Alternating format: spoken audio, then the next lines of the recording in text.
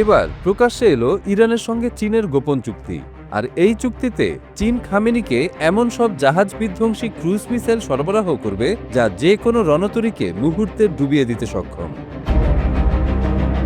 ইরানের এই গোপন চুক্তি ফাঁস হওয়ার পর মার্কিন প্রেসিডেন্ট ডোনাল্ড ট্রাম্পকে সতর্ক করেছেন দেশটির শীর্ষ জেনারেল। যুক্তরাষ্ট্রের জয়েন্ট চিফ অব স্টাফের চেয়ারম্যান জেনারেল ড্যান কেইন সরাসরি ট্রাম্পকে বলেছেন, এখন ইরান আক্রমণ করলে দীর্ঘমেয়াদী সংঘাতে আমেরিকার ক্ষতি বেশি হবে। যদিও ট্রাম্প কেইনের এই সতর্কবার্তাকে উড়িয়ে দিয়েছেন।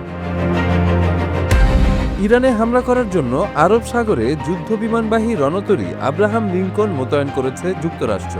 এমনকি একই কাজে ব্যবহৃত বিশ্বের বৃহত্তম রণতরী জেরাল্ড আর ফোর্ড ইসলামী প্রজাতন্ত্রের পানিসীমার কাছে নেওয়া হচ্ছে, যেটি ইতোমধ্যে ভূমধ্যসাগরে চলে এসেছে।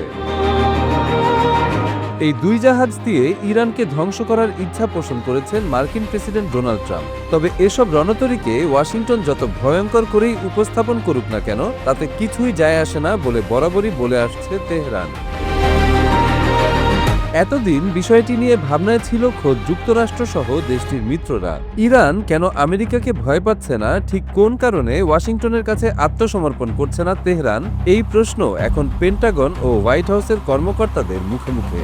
এমন আলোচনা চলার মধ্যেই সম্প্রতি ইরানের সর্বোচ্চ নেতা আয়াতুল্লাহ আলী খামেনি বলেছিলেন যে মার্কিন রণতরীতে ভীত নয় তেহরান, কারণ তাদের কাছে এর চেয়েও শক্তিশালী অস্ত্র আছে, যা এসব দানবীয় রণতরীকে সাগরে ডুবিয়ে দিতে পারে। বিষয়টি নিয়ে সবাই যখন চিন্তায় পড়ে গেছে, তখন মার্কিন সমরবিদরা ভেবে পাচ্ছেন না যে ইরানের কাছে কি এমন অস্ত্র আছে যা তাদের সামরিক ময়দান ছাড়াও মানসিকভাবেও শক্তিশালী করেছে। এরই মধ্যে প্রকাশ হয়েছে গোপন চুক্তি তথ্য। চীন থেকে জাহাজ বিধ্বংসী ক্রুজ মিসাইল কিনছে ইরান। ইতোমধ্যে এই বিষয়ে চুক্তির শেষ ধাপে পৌঁছে গেছে দেশ দুটি। আলোচনাটি সম্পর্কে অবগত এমন 6 ব্যক্তির বরাতে এ তথ্য প্রকাশ করেছে বার্তা সংস্থা রয়টার্স। প্রতিবেদনে বলা হয়, চীন থেকে দেশটির তৈরি জাহাজ বিধ্বংসী সুপারসনিক ক্রুজ মিসাইল CM-302 কিনছে ইরান।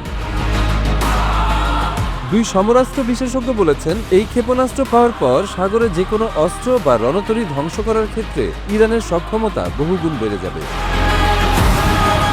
CM-302 চীনের তৈরি একটি সুপারসনিক অ্যান্টিশিপ মিসাইল। এটি জাহাজ বিধ্বংসী ক্ষেপণাস্ত্র। যুদ্ধের ময়দানে এই ক্ষেপণাস্ত্র অন্যতম শক্তিশালী প্রতিরক্ষা ব্যবস্থা হিসেবে বিবেচিত হয়ে আসছে। এই মিসাইল চীনের YZ-12 সুপারসনিক অ্যান্টিশিপ ক্রুজ মিসাইলের একটি রপ্তানি সংস্করণ, যা দেশটি মিত্রদের কাছে বিক্রি করে থাকে। CM-302 সক্ষমতা ও দক্ষতার দিক থেকেও বেশ এগিয়ে আছে, যা শত্রুপক্ষকে ভীত করতে পারে। এটি জাহাজ ভিত্তিক প্রতিরক্ষা ব্যবস্থা এড়ানোর জন্য নিচ দিয়ে এবং উচ্চ গতিতে ওড়ার জন্য বিশেষভাবে প্রস্তুত করা হয়েছে। এছাড়া এর অপারেশনাল রেঞ্জ বা পাল্লা প্রায় 290 কিলোমিটার। ক্ষেপণাস্ত্রটি ব্যবহারও বেশ সহজ। এই পদ্ধতি হল স্থল ভিত্তিক ভ্রাম্যমাণ স্টেশন, জাহাজ ও বিমানও ব্যবহার করা যায়। নিক্ষেপ করা যায় এই 3 স্টেশন থেকেই।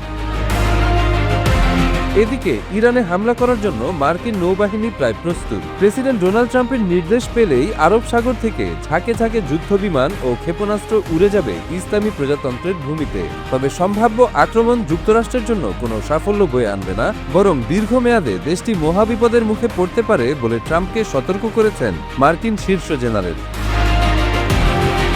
মার্কিন সংবাদ মাধ্যমের খবর অনুযায়ী জয়েন্ট চিফ অব স্টাফের chairman general Dan Caine president ট্রাম্পকে ইরানের বিরুদ্ধে আগ্রাসন চালানোর বহুমুখী বিপদ সম্পর্কে সতর্ক করেছেন। তিনি জানান, হামলা করলে একটি ব্যয়বহুল এবং দীর্ঘমেয়াদী সংঘাতে জড়িয়ে পড়ার প্রবল আশঙ্কা আছে। সোমবার দ্য ওয়াশিংটন পোস্ট এক প্রতিবেদনে জানায়, কেইন হোয়াইট হাউস এবং পেন্টাগনে গোলাবারুদ ও সরঞ্জামের ঘাটতি সহ মিত্রদের সমর্থনের অভাব নিয়ে উদ্বেগ প্রকাশ করেছেন, যা মার্কিন সেনাদের ঝুঁকিতে ফেলতে পারে। একইভাবে দ্য ওয়াল স্ট্রিট জার্নাল উল্লেখ করেছে, পেন্টাগনের কর্মকর্তারা সম্ভাব্য মার্কিন ও মিত্রবাহিনীর ক্ষয়ক্ষতি এবং ইরানের অভ্যন্তরে হামলা চালালে মার্কিন আকাশ প্রতিরক্ষা ব্যবস্থা নিঃশেষ হয়ে যাওয়ার বিষয়ে সতর্ক অবস্থানে আছেন। যুক্তরাষ্ট্রকে একটি দীর্ঘস্থায়ী দ্বন্দ্বে জড়িয়ে পড়ার বিষয়েও সতর্ক করেছেন কেইন। তবে ট্রাম্প সোমবার এসব রিপোর্ট প্রত্যাখ্যান করেছেন। তিনি তার নিজস্ব সামাজিক যোগাযোগ মাধ্যম ট্রুথ সোশ্যালে দাবি করেছেন যে কেইন আমাদের ইরানের সঙ্গে যুদ্ধে যাওয়ার বিপক্ষে। এমন তথ্য 100% ভুল। মার্কিন প্রেসিডেন্ট সংবাদ মাধ্যমগুলোর বিরুদ্ধে উদ্দেশ্যপ্রণোদিতভাবে ভুল লেখার অভিযোগ আনেন। তিনি আবারও ইরান ও দেশটির জনগণের বিরুদ্ধে হুমকি দিয়ে দাবি করেন যে চলমান পরমাণু আলোচনায় কোনো চুক্তি না হলে তাদের জন্য খুবই খারাপ দিন অপেক্ষা করছে।